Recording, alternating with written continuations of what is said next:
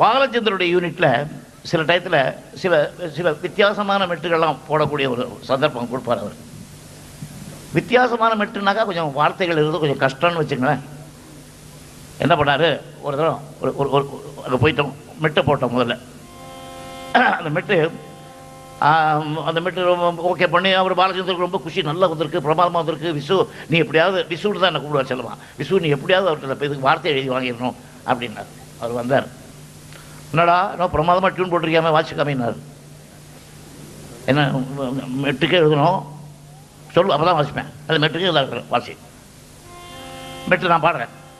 நான் நன்னா நன்னா நன்னா நன்னா நன்னா நன்னா நான் நன்னா நன்னா நன்னா நன்னா நன்னா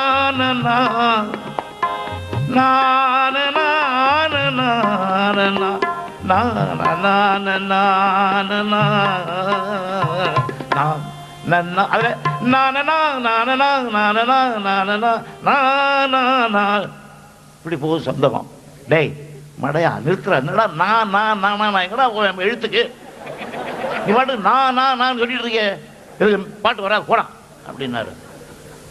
கம்போசிங் குரூப் இருக்குது, பாலச்சந்தருக்கெல்லாம் ஒரு பெரிய திருள். எப்படியாவது எழுதி வாங்கினு என்னை கூப்பிட்டாரு.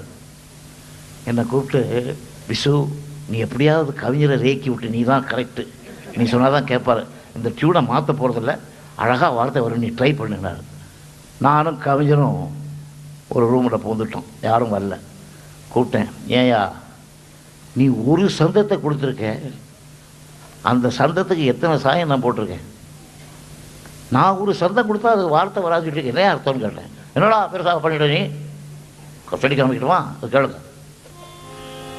பேசுவது கிளியா இல்லை பெண்ணரசி மொழியா, தானன்ன தன்னா தரன்னா பேசுவது கிளியா, ஒரே சந்தம். வீடு வரை உறவு, வீதி வரை மனைவி, காடு வரை பிள்ளை, கடைசி வரை யாரோ. வீடு வரை உறவு இல்லை, வீதி வரை மனைவி, காடு வரை பிள்ளை, கடைசி வரை யாரோ. ஒரே சத்தம், வேற டியூன் பாருங்க. ஹோ வீடு வரை உறவு, வீதி வரை மனைவி, காடு வரை பிள்ளை, கடைசி வரை யாரோ. மாம்பழத்து வண்டு, வாசமர செண்டு, யார் வரவை கண்டு, பேசுவது கிளியா பேசுவது கிளி, பேசுவது வீடு வரை மாம்பழத்து.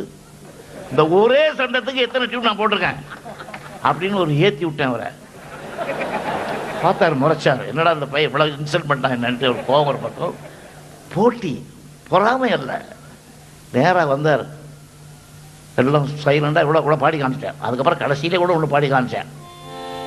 வீடு வரை உறவு, வீதி வரை மனைவி, காடு வரை பிள்ளை, கடைசி வரை யாரோ.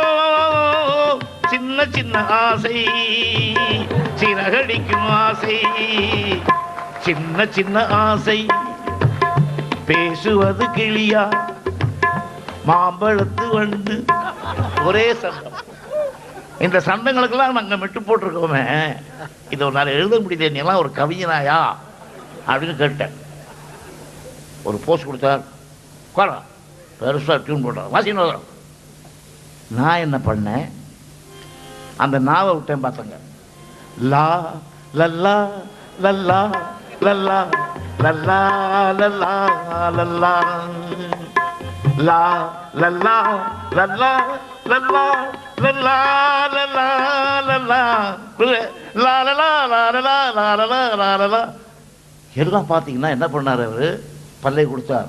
வான் நிலா நிலா அல்ல உன் வாலிபம் நிலா, வான் நிலா வரும், தொட்டிலா கட்டிலா வெண்ணிலா எல்லாம் லா லா லா லா லான்னு முடிச்சார் சார். 10-15 நிமிஷத்தில் பாட்டு முழுக்க கொடுத்தார் சார். பாட்டு முழுக்க அவர் சொல்ல சொல்ல எழுதியாச்சு, முட்டிய பாடி குழம்பிச்சாச்சு. கவிஞரையா என்னடா இன்னும் கவிஞரையா மறுபடியும் நீங்கள் நிறைய லா சொல்லிட்டீங்க, இன்னும் சில லாவை விட்டீங்க, நீங்கள் என்னடா என்ன ஃபாதரின் லா, மதரின் லா, சன்னின் லா எல்லாம் காரணம். இப்படி சில வேடிக்கைகள்லாம் அவர்கிட்ட உண்டு. அதாவது நான் மட்டுமல்ல, எந்த இசையமைப்பாளர்கிட்ட போனாலும் கூட அந்த சீக்வன்ஸுக்கு என்ன வேணும் வார்த்தை, அதுக்கு தகுந்த மாதிரி அதை வரவழைச்சு சொந்தத்துக்கான அது அந்த டயத்தில் என்ன உங்களுக்கு விசேஷம் கேட்டிங்கன்னா, எனக்கு நல்ல ஆசிரியர், கதை, அந்த பாட்டு எழுதுகிற கவிஞர்கள், இன்ஸ்பிரேஷன் கொடுக்குற டைரக்டர், அண்ணனை மாதிரி எங்களுக்கு கிடைச்ச வாய்ஸ் ஒரு டிஎம்எஸ், ஒரு சுசீலா, ஒரு ஸ்டேஜ், அதுதான் எனக்கு மறக்க முடியாது.